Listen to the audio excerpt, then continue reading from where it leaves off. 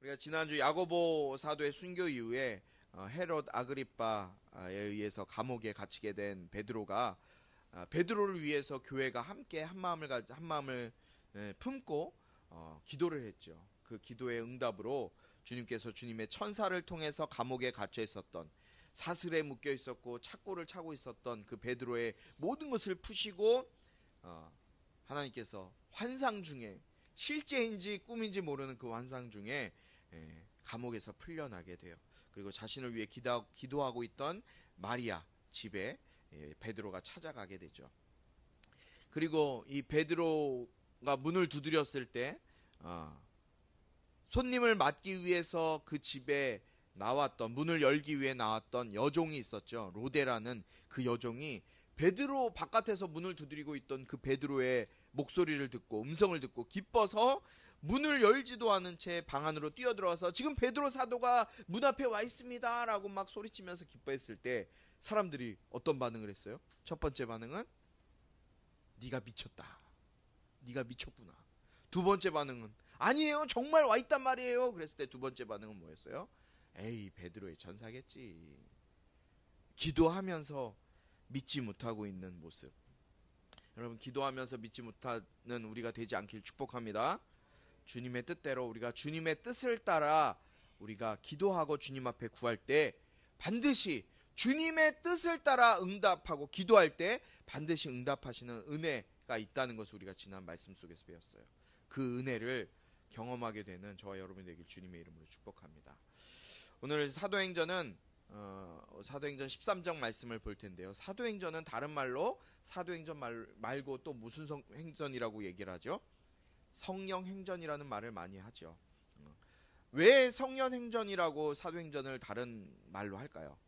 사도행전 1장 8절의 말씀, 오직 성령이 너에게 임하시면 너희가 권능을 받고 예루살렘과 유다와 사마리아와 땅끝까지 이르러 내 증인이 되리라 하시니라 라는 그 말씀이 이루어지는 모습이 이 사도행전을 통해 나타나고 있는 거예요. 실제가 말씀이 실제가 되어 나타나고 있는 것을 이렇게 보여주고 있는 게 바로 사도행전이기 때문에 이 사도행전을 다른 말로 성령행전이라고 얘기해요. 성령을 받으면 어떻게 돼요? 1장 8절의 말씀처럼 하나님의 말씀이 이루어지는 역사가 나타나는 거예요.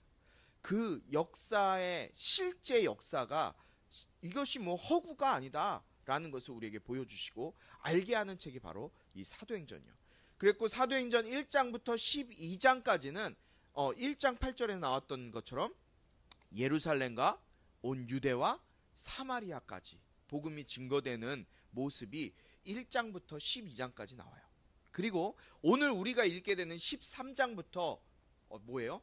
땅끝까지 이르러 복음이 증거되는 그 모습, 그 현장이 바로 오늘 13장부터 펼쳐지고 있는 거예요. 그래서 오늘 저는 제목을 선교의 문이 열리다라고 정해봤어요. 오늘 13장부터 이제 열방을 향해서 복음이 선포되어지는, 증거되어지는 그 책이 시작되어지는 부분이 오늘 13장부터 기록되어져 있어요. 13장에 와서는 이제 우리가 잘 많이 들었지만 바울의 선교 여행이 있었는데 바울이 생애에 3번에 걸쳐서 선교 여행을 떠났어요. 그런데 그 중에 첫 번째 1차 바울의 선교 여행의 시작이 바로 이 13장에서 나타나고 있는 걸 보게 돼요. 여러분, 이 13장부터 여러분들이 쭉 잘 보면 바울이 어떻게 선교 여행을 했는지 한 번 읽어서는 절대 들어오지 않아요. 저도 이 말씀을 몇 번을 보고 학교 다니면서도 얼마나 많은 공부를 했고 외웠는지 몰라요.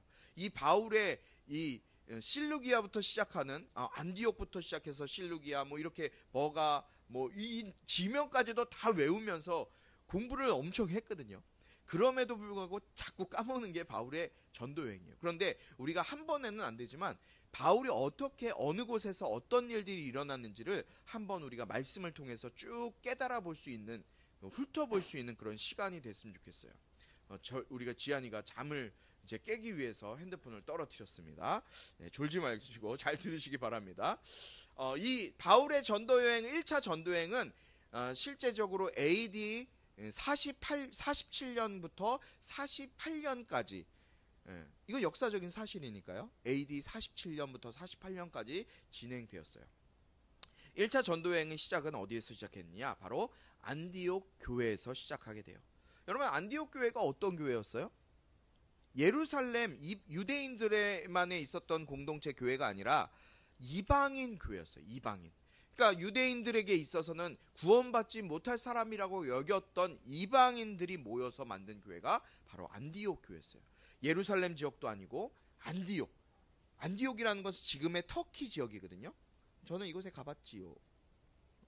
자랑이에요. 이 안디옥 터키 지역에서 생겼던 교회. 그러나 지금 이 안디옥 지역은요, 이 터키 지역은 잘 아시는 것처럼 교회가 없어요.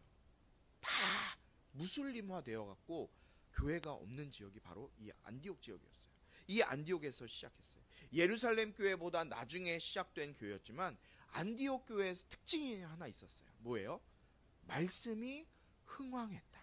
말씀이 아주 차고 넘쳤던 거예요. 그러니까 성도들의 마음 가운데도 하나님의 말씀을 알고 듣고 싶어하는 마음이 많이 있었기 때문에 성령님께서 역사하실 때 그들의 마음 가운데 하나님의 말씀을 듣고 싶다. 하나님의 말씀을 알고 싶다. 그래서 하나님의 말씀이 흥왕했던 곳이 바로 이 안디옥 교회였어요. 특별히 오늘 말씀에 기록된 대로 이 교회 안에는 여러 명의 교사와 또 선지자, 예언자가 이곳에 있었다고 기록될 만큼 아주 성령 충만한 교회였음을 알 수 있어요. 우리 오늘 본문 13장 1절 말씀을 먼저 한 목소리로 한번 읽어보도록 하겠습니다. 이 말씀은 살아계신 하나님 말씀입니다. 함께 읽습니다. 시작. 안디옥 교회에는 예언자들과 교사들이 있었습니다. 그들은 바나바, 니게르라고 하는 시므온, 구레네 사람 루기오, 분봉한 헤롯 안티파스와 어릴 때부터 함께 자란 마나엔, 그리고 사울이었습니다. 아멘. 1절에서 안디옥 교회의 상황을 우리가 볼 수가 있는데, 안디옥 교회를 이끌고 있었던 리더들 5명이 오늘 말씀에 기록되어져 있어요. 누구누구가 기록되어져 있어요? 1절 한번 띄워주시면 제일 먼저 기록된 사람이 누구예요? 바나바예요. 이 바나바는 구레네 출신의 유대인이었고 헬라인이었고 또 특별히 이 바나바는 레위인이었어요. 그러니까 레위족이었죠. 하나님 앞에 선택되어서 예배에 하나님 앞에 성전을 섬겼던 레위인 중에 한 사람이 바로 이 바나바였다는 거예요. 우리가 앞에서 보았지만 이 바나바는 어떤 사람이었어요? 성령 충만하고 많은 사람들에게 인격받는, 인정받는, 인격적으로 훌륭한 사람이 이 바나바였어요. 그리고 뭐 여러 교회에서도 현재 뭐 바나바 훈련 뭐 이런 거 하잖아요. 바나바 뭐 친교 뭐 이런 것도 하면서 이 바나바가 사람과 사람 사이를 이어주는 역할을 했던 그런 역할을 한 사람이 바나바였어요. 두 번째 나타난 사람이 니게르라고 하는 시므온이라고 기록되어 있어요. 여기서 이 니게르라는 단어는 우리가 영어로 흑인을 뭐라고 해요? 안 좋은 말로 니그로라고 하잖아요. 그 니그로의 어원이 바로 이 니게르예요. 이 니게르 즉 무슨 뜻이냐? 시몬인데 그 시몬 어떤 시몬이냐? 흑인 시몬이었던 거예요. 그러니까 말 그대로 정말 시커먼 흑인이었던 거죠. 그리고 세 번째 사람을 봅시다. 세 번째 사람은 누구예요?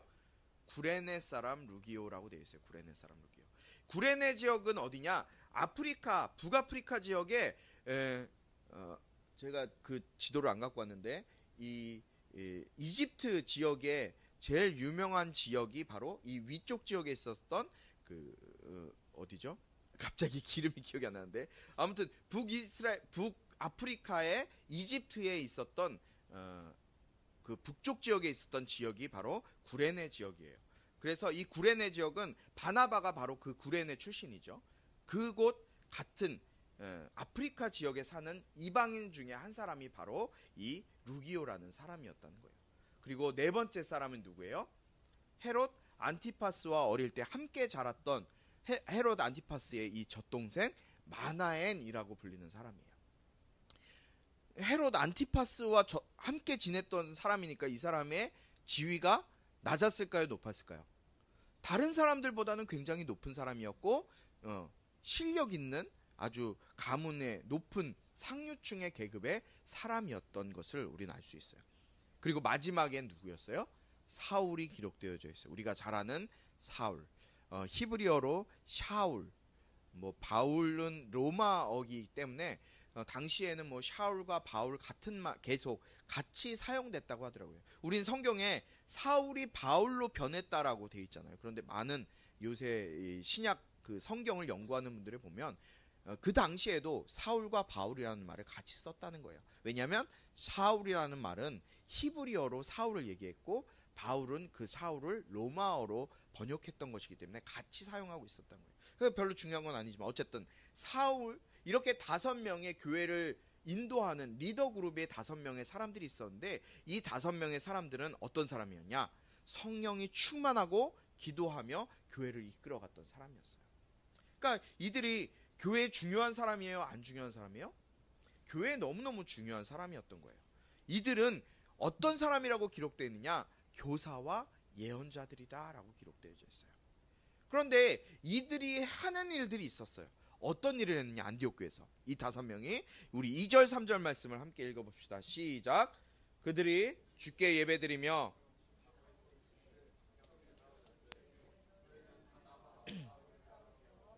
내가 그들에게 맡긴 일을 하게 하라. 그래서 그들은 금식하며 기도한 후 바나바와 사울에게 손을 얹고 그들을 보냈습니다. 아멘. 이들이 무엇을 하고 있었어요? 예배와 금식을 하고 있었던 거예요. 여러분 예배가 무엇입니까? 우리가 지금 예배하잖아요. 여러분들 예배하고 있는 거예요. 예배가 무엇이에요? 예배는 잘 알고 있지만 그 예배를 어떻게 풀어야 될지 모르는 분들이 많이 있는 것 같아요. 여러분 예배 간단하게 얘기하면 하나님을 경배하고 하나님께 엎드리는 것이 바로 예배예요. 하나님께 나아가는 거예요. 내 생각과 내 뜻을 먼저 앞세우는 것이 아니라 하나님이 주인공이 되시는 것이 예배라는 거예요. 하나님 앞에 내 자신을 내려놓는 거예요. 나를 완전히 내려놓는 거예요. 내 의지, 내 생각, 내 뜻을 앞세우는 것이 아니라 내가 오늘 이런 의지를 가지고 나왔으니 내 의지대로 이게 이끌어가 주십시오라고 이거 나가는 것이 아니라 그냥 하나님께 그냥 내어 맡기고 엎드리는 거예요. 주님의 말씀 앞에 하나님의 말씀을 주실 때 그 말씀 앞에 철저하게 나 자신을 말씀 앞에 엎드리게 하는 것이 바로 예배라는 거예요. 여러분 예배를 다시 한번 여러분들 정립하시고 나가시기 바라요. 내 상황이 어떠하든지 간에 내 기분이 나빠서 내 상황이 어떻게 돼서 예배하지 못하는 것, 예배할 때 불편함이 있는 것, 그거는 악한 것이 주는 거예요. 예배는요, 나를 하나님의 말씀 앞에 완전히 내려놓는 거예요. 내 의지, 내 감정, 내 뜻, 그것이 아닌 하나님의 뜻 가운데로, 하나님의 계획대로 나를 사용하시고 나를 붙들어가 인도하여 주시옵소서. 그게 바로 예배라는 거예요. 이들은 첫 번째로 예배하고 있었고 두 번째로는 금식하고 있었다 그랬어요. 여러분 단식 아시죠? 단식. 우리가 단식 언제 해요, 여러분들? 저 얼마 전에 단식했었잖아요. 단식은 몸에 좋게 하는 게 단식이잖아요. 몸에 좋아요, 단식하면. 식을 끊는 거예요. 먹는 걸 끊어버리는 거예요. 그러면 몸이 원래 모습대로 회복되기 때문에 단식이 굉장히 좋대요. 그래서 우리가 그 뭐라 그러죠? 16시간 금식하는 거 간헐적 단식이라고 하잖아요. 간헐적 단식. 그 몸을 좋게 해주는 거예요. 단식은 자기의 몸을 좋게 해주는 거예요. 그러니까 우리가 뭐 병원에 입원하고 수술 전에 단식을 하기도 하고 또 건강검진 하기 전에 단식을 하기도 하고 이런 단식은 자기의 몸 육신을 위해 하는 것이 단식이에요. 그런데 오늘 이들이 단식한 게 아니라 무엇을 했다 그랬어요? 금식을 했다 그랬어요. 금식. 여러분 금식은 우리가 잘 아는 것처럼 금식은 어떤 의미가 있냐면 신명기 8장 3절 또 예수님께서 말씀하셨던 마태복음 4장 4절에 기록되어 있는 것처럼 사람이 빵으로만 사는 것이 아니라 뭘로 사는 거예요? 여호와 입에서 나오는 모든 말씀으로 사는 것임을 가르쳐 주시려는 것이 바로 금식이라는 거예요. 그러니까 금식을 하면서 뭘 알게 되는 거예요? 내 육신이 살아갈 때 먹을 것이 필요하지만 내 인생은 먹을 것으로만 입으로 들어가는 이 세상의 것으로만 내가 사는 것이 아니라 하나님으로부터 공급받는 것으로 내가 사는구나라는 것을 깨닫는 것이 금식이에요. 그러니까 금식이 어떻게 보면 굉장히 중요한 거죠. 예전에는 저도 금식을 참 많이 했는데 개척하고 나서 금식을 많이 못하는 것 같아요. 요새 들어서 금식해야 되겠다는 그런 생각이 조금 더 들기 시작하는데 모르겠어요. 하나님의 그 감동인지 우리 준묵이도 저렇게 다치고 준묵이를 위해서 금식해야 되는지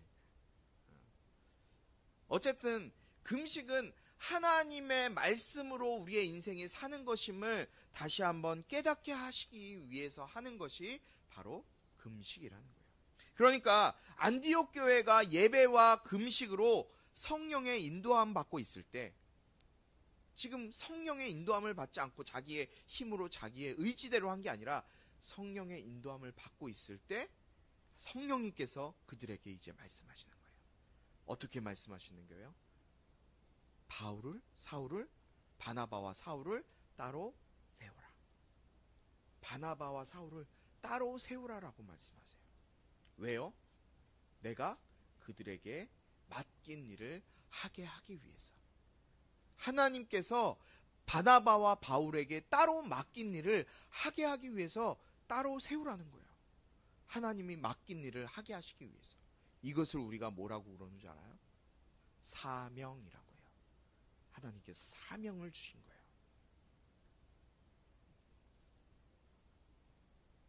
지금 이 바나바와 사울은 이 안디옥 교회에 없어서는 안 될 아주 중요한 사람이었어요.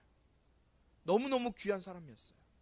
그런데 하나님께서 이 귀중한 교회 일꾼을 따로 세워서 파송하라고 하세요. 제가 이 말씀을 읽으면서 우리 몇 명 안 되는데 만약에 우리 간사님 파송해서 정말 보내라고 하면 어떻게 해야 되나 고민을 해보겠어요. 됐어요. 이 말씀 준비하면서 쉽지 않을 것 같아요. 어려울 것 같아요. 그런데 주님은요, 아무나 주님의 일을 맡기시지 않아요. 주님이 일을 맡기는 분들은요, 사람은요, 하나님께서 택한 사람들이었어요. 바울도 뭐라고 고백해요? 바울도 나도 어머니 뱃속에서부터 내가 택정함을 입었다라고 고백하잖아요. 여러분, 비록 예수님을 믿는 사람들을 바울이 핍박했고 사울이 잡아 죽이고 감옥에 가뒀지만 예수 믿는 사람들을 괴롭혔지만 주님의 복음을 전하는 일에 태중에서부터 선택함을 받았다는 사실. 여러분 얼마나 놀랍지 않으신가요? 저와 여러분 역시도 부모님의 뱃속에서부터 부모님의 뱃속에서 만들어지기 전부터 저와 여러분들은 바로 택정함 받은 사람들이에요. 하나님의 택함 받은 사람들이에요. 여러분들이 택함 받을 만한 어떤 공덕을 쌓았어요? 집안에 그런 아주 좋은 공덕이 있어요? 아니요. 그런 공덕이 아니에요. 하나님이 그냥 저와 여러분들을 택해서 부르신 거예요. 우리 집안에 하나님을 알지 못하고 교회 다니는 사람이 아무도 없을지 모르겠지만 그럼에도 불구하고 하나님이 나를 이곳에 예수 믿게 하신 것, 하나님이 여러분들을 선택하신 것, 그것이 바로 은혜인 거예요. 주님은 그렇게 택함 받은 자들을 다시 부르셔요. 바울도 하나님에 대한 열심으로 예수 믿는 사람들을 핍박하러 가는 길에 주님을 만나고 주님 부르심을 받아요. 그게 뭐예요? 부르심 받는 것? 소명이라 그래요. 소명. 그럼 왜 주님이 소명을 주시고 왜 부르시는 걸까요? 우리를 왜 부르시는 걸까요?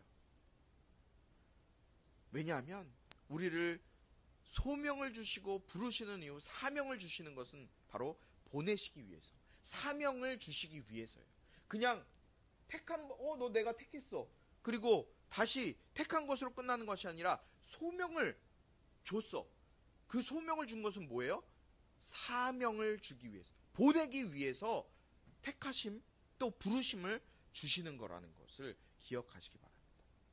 보냄을 받는 것은 사명이라고 해요. 사명. 일을 맡겨서 그 일을 감당하게 하는 것.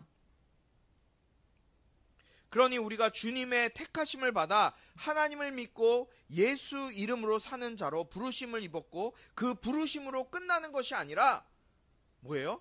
주님은 각자에게 각자의 삶의 상황과 환경에 맞는 정확한 사명을 주셔서 여러분의 삶의 자리에서 그 사명을 감당하도록 여러분의 삶의 자리에 파송하시는 거예요. 여러분, 교회는요 그냥 부르심만으로 만족하는 자리가 아니에요.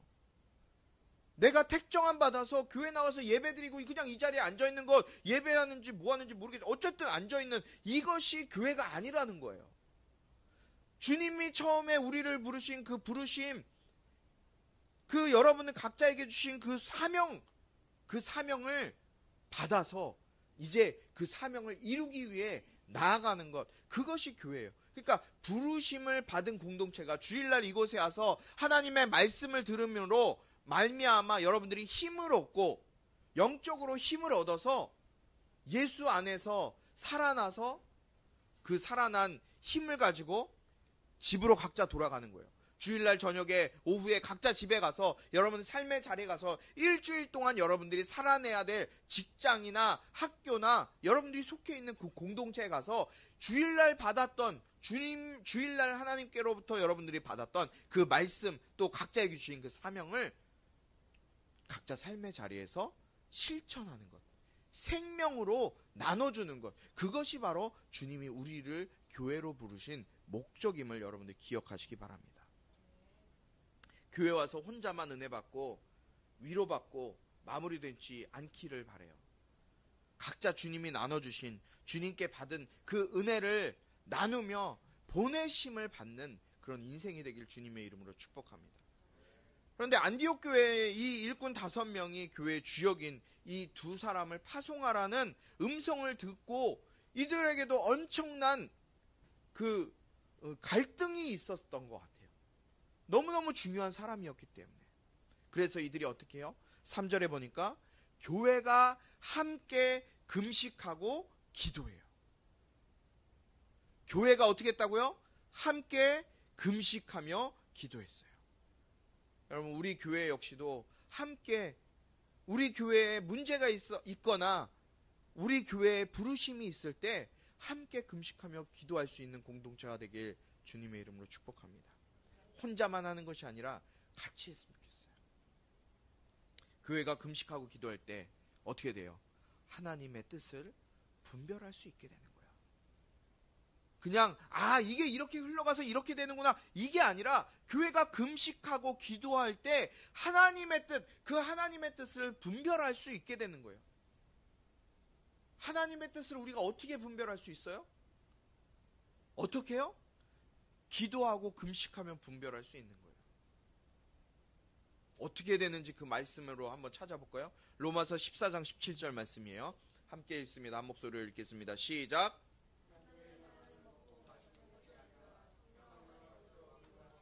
희락이라.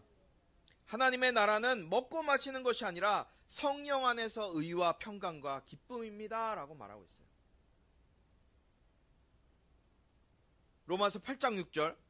육신의 생각은 사망이요 영의 생각은 생명과 평안이니라.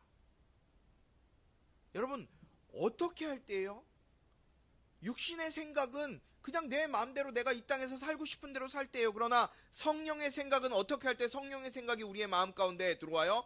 기도하고 금식할 때, 기도할 때, 주님 예수 이름으로 살려고 할 때, 그때 영의 생각이 들어오는 거예요. 영의 생각이 어떻게 된다고요? 우리에겐 생명과 평안이라는 거예요.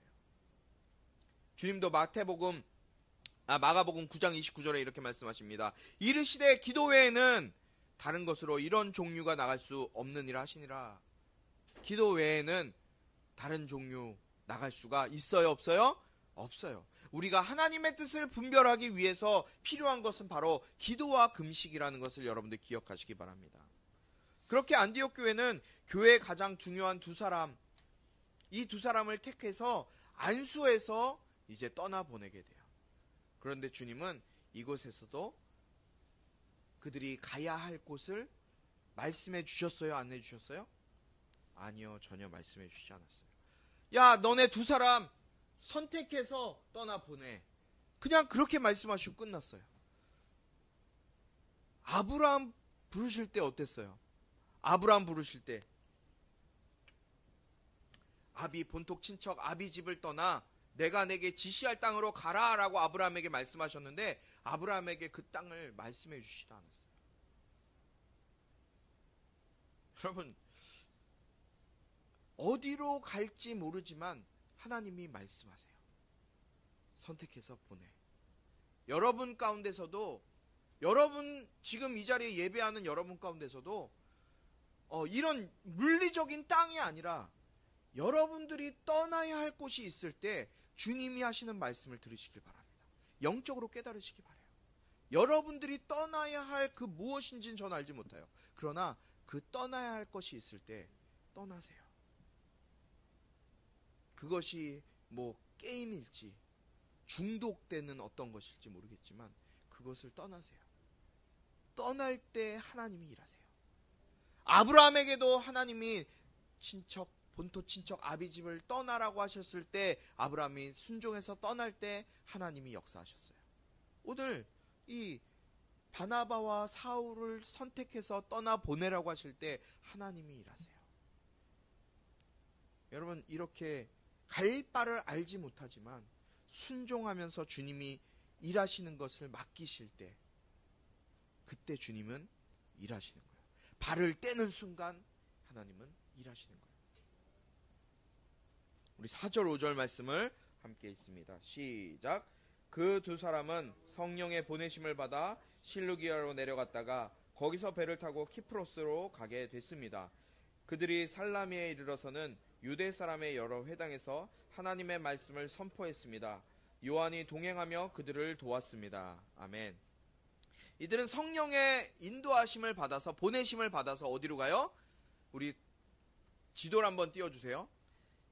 안디옥에서 실루기아라는 곳으로 이제 내려갑니다. 쭉 내려가죠. 실루기아에서 화면이 잘 좋진 않지만 한번 보세요. 실루기아에서 배를 타고 키프로스 섬으로 가게 돼요.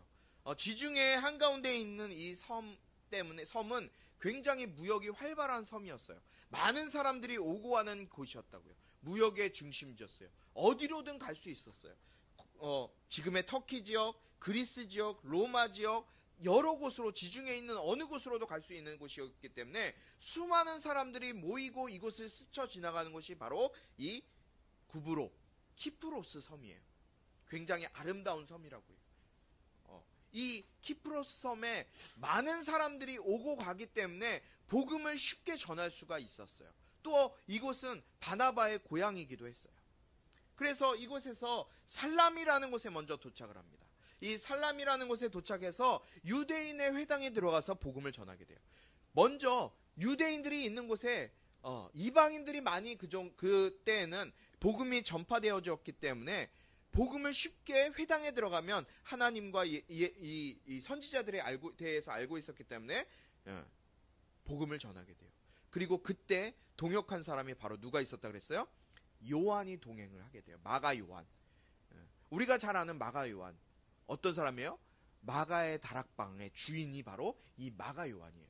이 마가 요한이 이때 이 살라미에 있을 때 함께 동역을 하게 되는 걸 보게 돼요. 여러분, 주님이 일을 하실 때, 일을 시키실 때, 맡기실 때는 혼자 맡기시지 않으세요.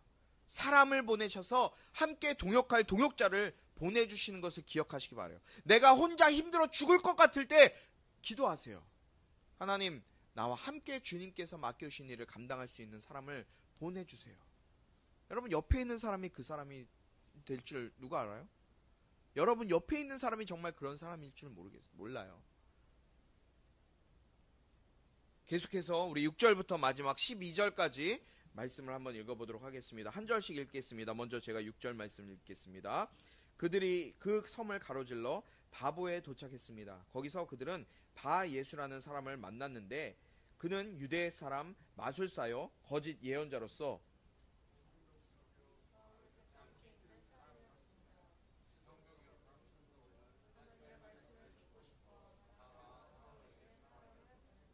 그러나 엘루마라고도 하는 이 마술사가 그들을 막으며 총독이 믿음을 갖지 못하게 하려고 애를 썼습니다.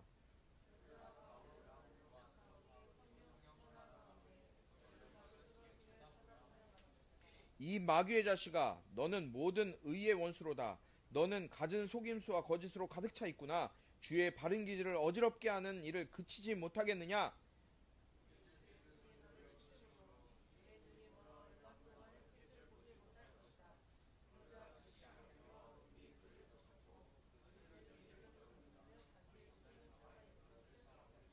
함께 있습니다. 이 일을 보자 총독이 믿게 됐고 주에 관한 가르침에 그저 놀랄 뿐이었습니다. 아멘. 살라미에 있다가 이제 바보라는 지역으로, 조금 더 동쪽 지역으로, 동남쪽에 있는 지역으로 이동을 하게 돼요. 이 바보에 도착했는데 누굴 만나게 돼요? 바예수라는 사람을 만나요. 이름도 하필 예수의 아들이래. 이 바라는 것은 누구누구의 아들이란 뜻입니다. 헬라어에. 바예수는 예수의 아들이란 뜻이에요. 이 사람은 어떤 사람이었냐면 마술사였고 거짓 예언자였어요. 그러면서 총독, 이곳을 다스리고 있었던 총독 서기오 바울 곁에서 점성술을 가지고 마술로 이 서기오 바울을 돕고 있었던, 마술로 홀리고 있었던 사람이 이 바예수라는 사람이에요. 박수무당인 거예요. 지금도 정치인들 중에 그런 사람들이 있어요. 정치인들 중에 자신에게 점쳐줄 사람들을 찾는 사람, 마치 그런 사람이에요. 점성술을 가지고 마술을 하면서 사람들을 마음을 뺏는 사람이 바로 이 바예수라는 사람이었어요. 그런데 그가 모시고 있던 이 서기오 바울이라는 사람의 독특함이 여기 기록되어 있는데, 이 사람은 지성적인 사람이었대요. 그러니까 뭔가 지적으로 알고 싶어하는 게 굉장히 많은 사람이었어요. 궁금증이 많은 사람이에요. 지적인 사람. 하나님의 말씀을 듣고 싶어하고 알고 싶어하는 사람이 이